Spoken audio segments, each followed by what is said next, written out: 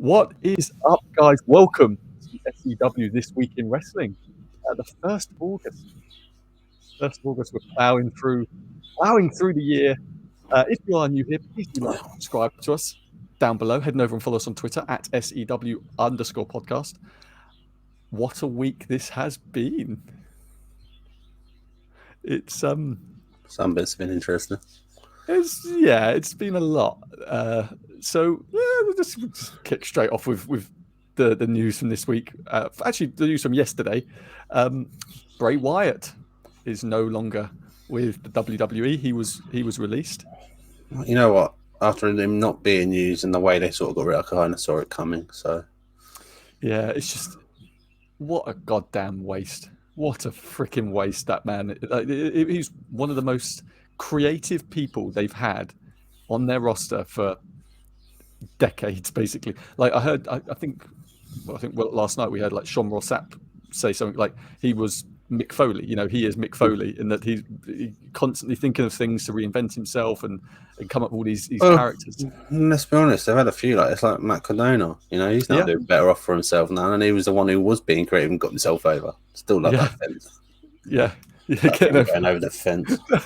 It's genius. It's just, I mean, the Fiend was like, when that freaking character debuted, it was unreal. It's like nothing WWE has ever done before, and the way they misused it and fucked it up from pretty much from the start is unreal. Like that. Do you know what killed the Fiend? It was that goddamn Hell in a Cell match against Seth Rollins, where it was all in red and you couldn't see shit. They called the match off because he buried him under some chairs. It was like, just they killed a character in one night, and it's like, god damn it. I don't know. It's just, there's so much more they could have done with him, and yet they just dropped the ball. Well, yeah, because they had the two good characters there that were going well. The friend, lovely will come join me, Bray Wyatt. Exactly, it was the modern day Three Faces of Foley that they should have been really doing. But does that mean Alexa Bliss was the third face? Well, as people have been saying, what actually happened was they just basically took Bray's gimmick, gave it to Alexa, and then just said, we don't know what to do with Bray anymore. Because they just made Alexa the Fiend. That's because Alexa's the third face. Yeah, but that's the point, right? That makes more freaking sense than just giving her his goddamn gimmick. But wherever he lands up, and I should imagine Tony Khan was dialing his number about 0.2 of a second after the announcement was made, because he'd be silly not to. The man is incredible. Yeah, but it also depends what he wants to do. Yeah. Well, obviously the reason being given was budget cuts. You know. Yeah, because so far in the last 2 years they proved they need budget cuts. WWE had their quarterly earnings call this week as well, which was also incredibly enlightening. You had Nick Khan say the wonderful phrase that WWE isn't a competitor of AEW and wrestling shows. We compete with everything. We're not wrestling. We even compete with sleep. That's what he said. And that's why people wonder why WWE's going to shit. Because they're so deluded that they just don't. They cannot bring themselves to think of themselves as a wrestling show. They just can't, and it's like, even though they have wrestling on it. Yeah, weird that. I mean, if 70% of the show wasn't people in a ring having a wrestling match, then fair enough. But you know, until the day comes where their WWE Studios movies are making more money for them than their wrestling show, then until that day, they are a wrestling show. It's just, or they are what we like to call as the wrestling entertainment business. Yeah, wrestling entertainment. Yeah, so WWE's profits were down on the year, but basically that is really just because the Thunderdome cost a fuck ton of money to create and run every week. It cost a huge amount of money, but they also saved a shit ton from from laying people off. And as Vince McMahon liked to joke on the earnings call, he said about AEW taking their talent, etc., once they've been released, and he said, "Well, I could probably give them some more." Joking about making guys go without a job, like it's just well done, Vince. That's always nice. Let's be honest, several of them doing better for themselves now and being out of WWE. So it's just a goddamn joke. Let's bearing in mind, right, that live attendance at the moment still is not great. It's like even though they've just come back, their live attendance isn't anywhere close to what they really thought it was going to be. They've cancelled many shows, many house shows, because they thought, when we announce again, people are going to come flooding back, and it didn't happen. Well, I found it funny because I thought they didn't want to do house shows anyway. Yeah, I mean they were cutting back on them massively. There's also the rumor mill at the moment is that there's a Saudi show coming very, very shortly. Out of the pandemic. I bet they can't all wait to go. I bet. Considering the morale in WWE is pretty much at rock bottom. What's the bet in that you get over there and after you've done this show, you get told by Vince, you're sacked.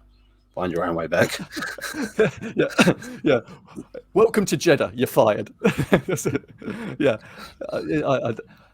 The fact that whatever, it's just bizarre. And talking about WWE controversies, let's talk about AEW and Nick Gage and Chris Jericho a second, because Nick Gage has not had a good 5 days. No. Well, actually, yeah. Well, let's go through like the timeline here. So Nick Gage, Matt Cardona at GCW's main event there, which was Matt. He fucking showed a different side of himself in there. God, yeah. He went for it. He fair play to him on that. He earned. I think he had a lot of people's respect, but he did also get a shit ton of stuff thrown at him when he was in the ring at the end, which was just so fucking dumb. It shows how good of a heel he is when you get stuff thrown at you at an indie show. Yeah. If there's one thing throwing paper cups, there's another thing throwing fucking pizza cutters at the man. Well, he's been attacked by pizza cutters all day long. So. God, it's just ridiculous. But yeah, Matt Cardona, I mean, that was insane. And yeah, he got cut up. If you head on over to his Twitter, Jesus Christ, he got cut up during that match. But good on him. He's been busy on Twitter this week, though. Yeah, he's been loving it. He has been loving it. Then Nick Gage was introduced last week as being the guy who was going to face Chris Jericho this week in what seems to be like some kind of weird retirement tour sort of thing for Chris Jericho, but it's not apparently. But so he's facing like all his old opponents and new opponents. It's a bit bizarre, but Nick Gage and Chris Jericho in just an all-out freaking bloodbath. Yeah, I'm still wondering if it was Chris Jericho was able to get up and walk away from it though, because he was still laying there for a while. Mad. And at one point, Nick Gage got a pizza cutter, run it across the forehead of Chris Jericho, and like pitch perfect timing. The second it finished, they went to picture in picture, and Domino's pizza advert came on as Nick Gage was holding the bloody pizza cutter in his hand. One's got to assume they knew it was coming, and they cut to that advert at that time. You've got to, because that's mad if it was just a coincidence. But apparently, no one really cared immediately afterwards. No one really cared. But then WWE, someone within WWE or people within WWE, started reaching out to various press organizations saying, hey, you should probably write about this story about AEW and Domino's.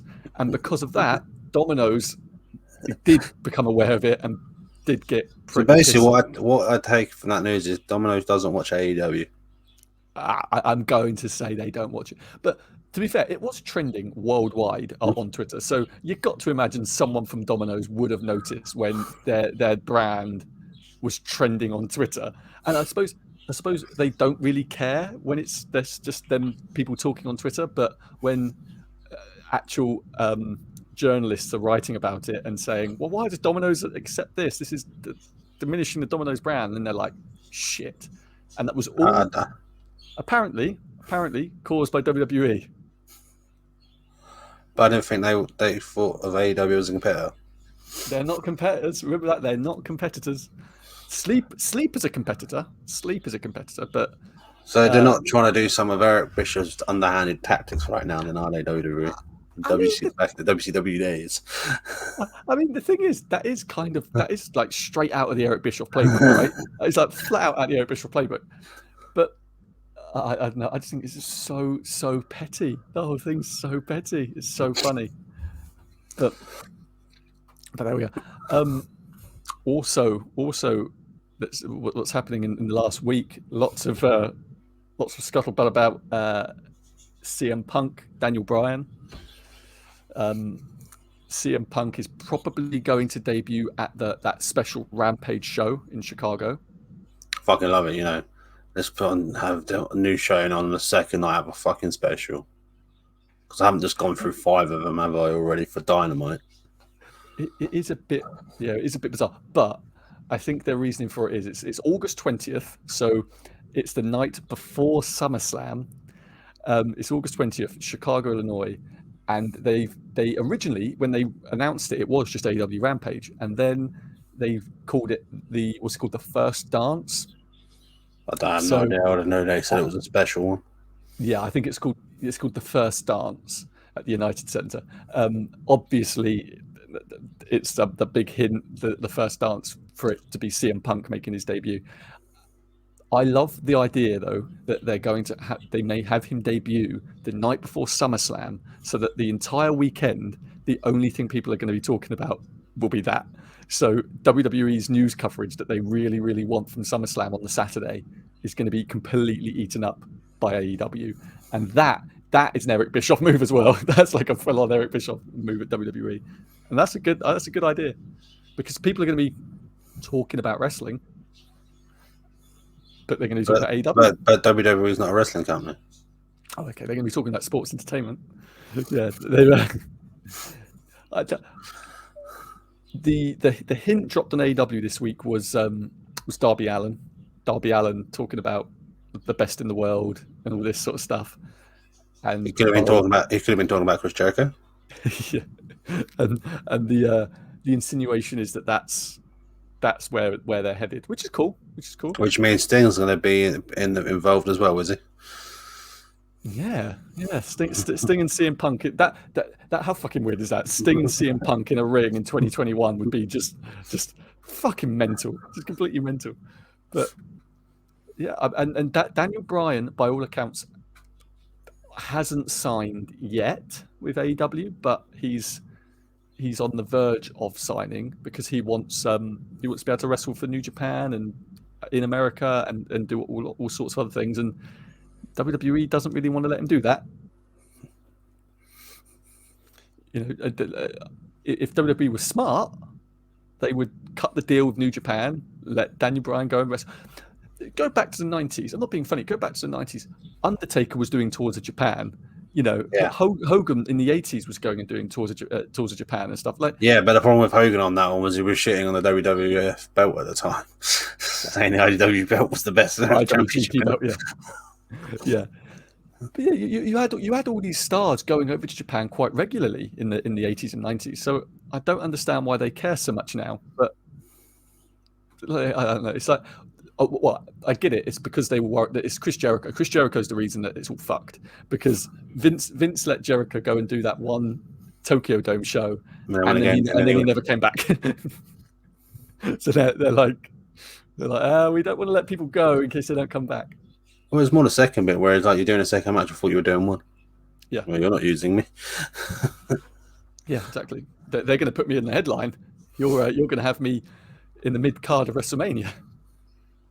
But yeah, I mean, what else has come out this week other than news wise? I think those are that's pretty much the biggest things. But when Daniel Bryan debuts, which is probably going to be New York, they're reckoning is going to be New York, right in WWE's backyard, in their territory. That's going to be big. Bearing in mind that AEW's ratings right now are the strongest they've ever been. They're consistently now number one of the week number one on Wednesdays, I should say, for anything on television in America. So they're consistently doing great ratings, and they're also consistently. What happens when they don't do it as a special day? Does it really matter? I mean, what's the difference with the shows? You've got more higher thing of matches and hierarchy matches on when they do their specials than when they're not. Yeah, I suppose, but when there's 5 of them back to back, it doesn't really matter anymore, does it? But you said last night a good point, which was that when Rampage starts, are the pay-per-views going to pick up?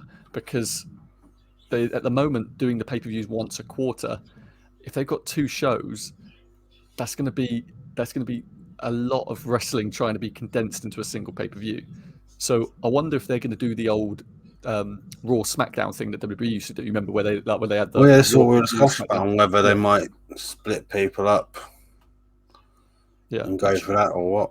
Yeah, so actually have like a brand division, because if they have Punk and they want Punk for Rampage and they want Punk to be like the face of Rampage, like the Bret Hart Thunder thing. That one was. That went so well. That's a terrible analogy because it was a fucking disaster. But if that's what they really wanted, like the Bret Hart Thunder, Hogan Nitro sort of thing, then having Kenny Omega and Daniel Bryan and stuff on Dynamite and CM Punk on Thunder, that's not a bad shout. Problem is, I thought the idea of CM Punk going to AEW was so we could finally fight Kenny Omega. Yeah. See that if they're smart, once again, if they're smart, they're not going to rush that shit. They're not going to rush it, and they're going to let that brew for a year and do it. Like they do with fucking Adam Page right now. I just want the match already to happen now, for fuck's sake. They've been brewing fucking Kenny Omega and Adam Page for a long goddamn time at this point. But yeah, I mean, on the shows, what did you think of Raw this week? Raw's a Raw.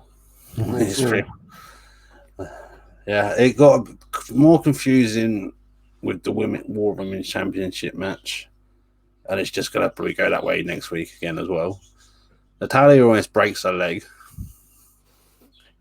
Is she out? I think she's out. No, right? I don't. I think she's I think from a tweet she tweeted out about it. I think she's actually okay. I think she's okay. I may have misread the thing, but yeah, I believe she's okay. Yeah, that's good. Yeah, no, I saw. I didn't see any follow up on it. So fair, right? Okay, that's good. Yeah, I saw something of her tweeting it out. I believe she's okay. Right. Also, Drew McIntyre after last week's a completely arsehole. Why? Did you not? He's going up against what's his name, Mr. Oh God, Jinder. Yeah, he's doing that sort of with Jinder. Jinder's got his two backup buddies. Yeah, the big guys. We beat the holy shit out of a bloke with a chair 36 times. Yeah. And, that's a mad. bit fucking much. Yeah, I mean, almost caved the dude's bloke and back in. Mick Foley actually commented on that, and Mick Foley was like, 36 chair shots is 36 too many. Like, you need to stop that shit, even if it's not to the head. Like, Rock and Mick, it's still going to fuck someone up badly in later life. You never gave the opportunity though for the bloke. You know what they normally do when they start doing stuff like that, for about to roll over and show themselves so they can stop. Never gave him any opportunity to do that. No. And it's just like, you are laying them in hard heavy. You weren't even trying to do the bit where sometimes when you do it, you try and catch part of the mat as well. I was just like, you're an arsehole. Yeah, I used to like you, Drew. Also, let's point out Karrion Kross and Keith Lee. So, let's get him. Karrion Kross, he got a win over fucking Keith Lee. Like, it needed to be Keith Lee, for fuck's sake. Like, and I keep on seeing people going, well, it's best that Karrion Kross wins. Don't book the fucking match. Just don't book the fucking match. When neither person should lose, don't book the fucking match. People forget that they write the fucking show. They could decide who he's against. Just don't book the fucking match. In one way, though, you could be telling the story now where Keith Lee just can't beat Karrion Kross even from the NXT days. Do you think that's the story they're going to be telling? Oh no, they ain't got a fucking. No, exactly. But there is zero chance that that's a fucking story they're telling next week. Because by all accounts, Sean Ross Sapp and Fightful, he was saying that the original scripting for this week was for Karrion Kross to again lose to Jeff Hardy, but Jeff Hardy wasn't able to wrestle. So they were going to have him lose again. If you're Triple H at this point, you've just got to be fucking livid. Yeah. Just fucking livid. You're taking all my top guys and then you're just fucking destroying them. So yeah, it wouldn't be so bad if it was like, you're bringing them over, bolstering them up, but you're not. You're bringing them over and beating the poor fucks. It's just, I don't get it. That's the thing. That's why I was fuming last week, because Karrion Kross' first loss was last week on Raw. In a throwaway fucking match. When you could use Karrion Kross, build him up, carry on his own thing, and at WrestleMania you could have fucking him and Lashley tear the fucking building down. Yeah. But instead he debuts, and people who don't watch NXT, which the vast majority of people who watch Raw do not watch NXT. The numbers show that quite well. Well, then they're idiots, because NXT is one of the best fucking wrestling shows going around right now. but the fact that people don't watch NXT means that there's going to be like 70% of the Raw audience doesn't know who Karrion Kross is, and what you've done is you've debuted him and made people just not give a fuck immediately. So those 70% of people just aren't going to give a fuck now, and it's like, whatever. But they're also rostering the wrong fucking show, then, ain't they, as well? Because you watch NXT for the better wrestling show, for fuck's sake. So I haven't watched NXT this week. What do you think of NXT? Oh my god, you missed out on some amazing stuff when it come to the $1 million belt and all that. Yeah. Oh my god, it got even better this week. They're on a golf course, and my name's a naff today. It really is. What are you talking about, Cameron Grimes? That's the one. Cameron Grimes keeps putting off LA Parker on bits. Then the Grizzly Young Veterans show up. So Cameron Grimes keeps going, oh, I'll bet you this, you can't do this, and I bet you that you can't do this. So he's at the point, I think, about 20 grand up. So they show up, letting you know. You've got, he's like, I'll have a go at doing the shot. As he goes for one swing, he pulls it back, he hits LA Parker in the nuts. And as he does his follow through and brings it round, he then hits him in the head and doesn't realise what's happened. But yeah, it was great stuff for them two again. The only thing I did see on NXT is I saw the closing with Karrion Kross and laying out William Regal and that was Joe last and week. stuff. Oh, was that last week? Jesus. Yeah. Oh god, I'm a week behind. That was the last one. That was the last thing I saw then. God damn it! I thought I actually saw it, but because this is the one with, or was that? Because last week I'm pretty sure he showed up about coming back as a thing, but it could have been this one. Yeah. See, See, this is the problem, right? Again, is like Karrion Kross on NXT is this like killer, and Karrion Kross on Raw is like a little chump. Yeah. And because they're clearly going to go for Karrion Kross and Samoa Joe. Well, they are, because they've already, I think, sure announced it. Yeah, pretty sure they did the signing for it, or did part of the signing for it anyway this time. Right? So it's like they're going for that, which is a big freaking match, and those two guys are going to tear the shit out of each other, and then he's going to go to Raw and lose to whoever, to Mansoor or whatever. And we've also got Gonzalez's next opponent. Who's that? Dakota Kai. She finally did the turn on her. Waiting for it to come, and the way they were doing this segment, you're just like, let's hire Morty to stab her in the back, or he just do it already. You can see it coming.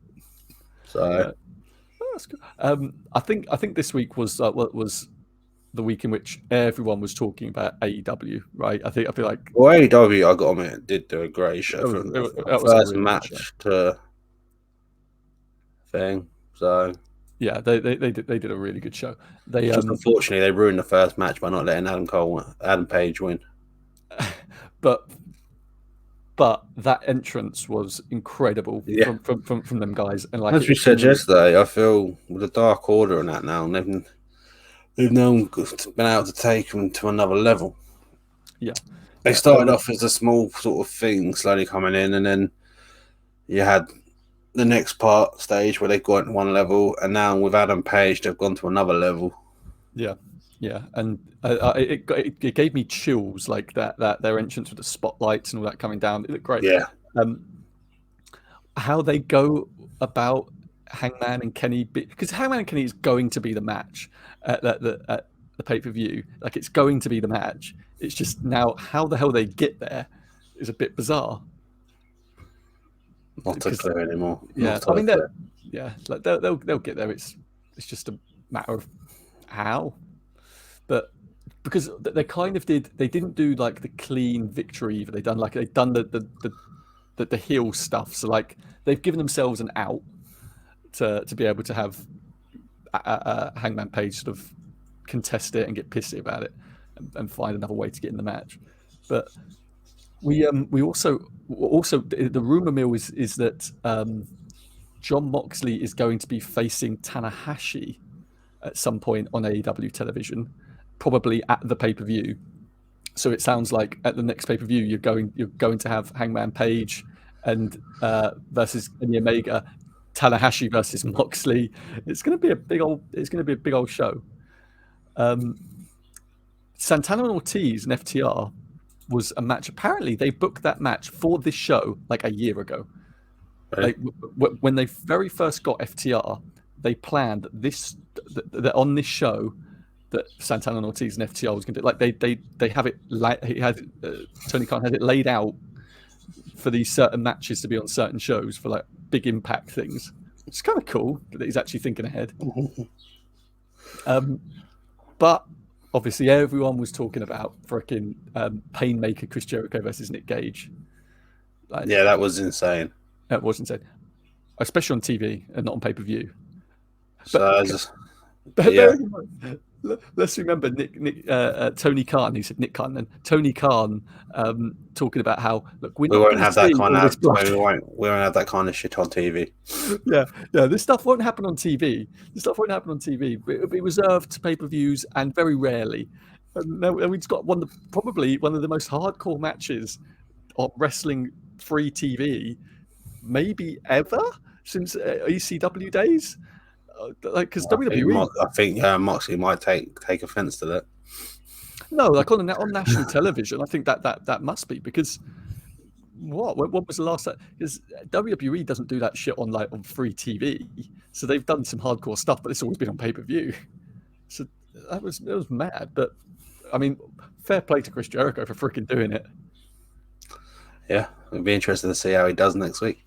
Yeah, and next week he's got a completely different style of match, or this coming Wednesday.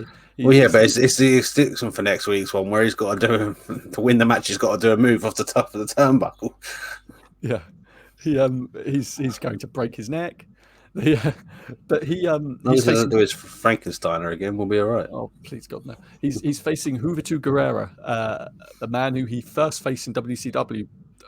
96, 97, they were wrestling over 20 odd years ago, which is just mad that they're both still going to be. And bearing in mind, they wrestled on TNT in 1996, 97 time, and they're going to be back wrestling on TNT in 2021, which is just nuts, really. I'm looking forward to that, but I feel like Chris Jericho is going to hurt himself in some way. I think he already has. Yeah. I feel like he's going to try and do something crazy against ripping up all his stitches from this week. Yeah. And then we had SmackDown.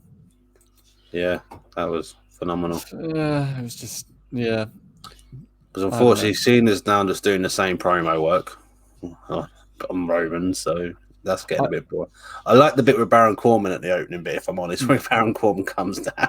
Yeah, I thought that was smart, but. Other than that, I just think that considering they've been using Roman really seriously and making him be a really serious character, and then to go with cartoony John Cena and not Cena when he's serious, because Cena can do the serious shit really well. Serious. Cena's freaking insane when he's serious. Yeah, but instead he's back to cartoony, ridiculous John Cena, which maybe because doing Fast and Furious, it stressed them out being so serious. I suppose it, and then he did Suicide Squad where he's not so serious. Yeah, he's done Suicide Squad, and he's been doing his freaking TV idiot. show. But yeah, I just think it's a bit. I don't know. It's a bit bizarre that they've gone that route and been like, "Hey, go out there and just be kid-friendly John Cena." After we've seen Roman like mutilating people for the last 6 months. Yeah, but you got to remember, if he comes out and be kids friendly John Cena, he means he sells lots of t-shirts. That's literally it. That's all they want. They just go out there and sell some t-shirts, John. That's it. But and poor Finn, by the way, poor Finn Balor. Like the dude. Poor Finn. How about the other one who tried to think he could get a cat one over and got screwed? They're clearly going to go with Finn and Baron Corbin at SummerSlam, and hopefully Baron Corbin can change his luck around. God damn it! I can feel sorry for the man. I really do. I can wholeheartedly say that is a match I couldn't give two flying fucks about.